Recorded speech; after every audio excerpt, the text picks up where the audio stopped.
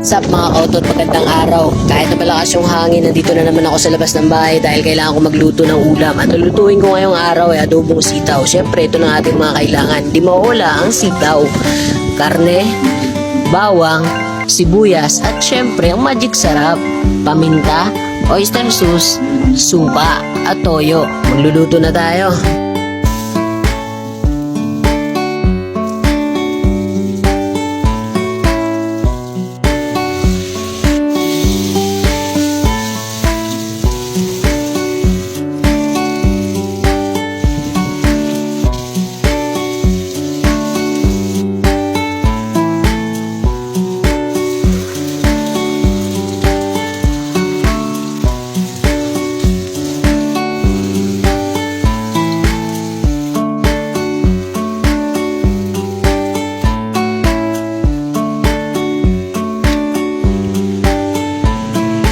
Okay, nag-adobo, nilalagyan ko ng konting asukal para medyo matamis konti. Alam niyo na, sweet ako eh.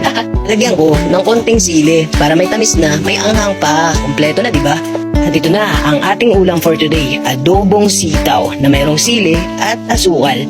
At ito na nga pala ang aking adobong sitaw with pachamba. Tara, kain! Maraming salamat sa panonood. Paalam!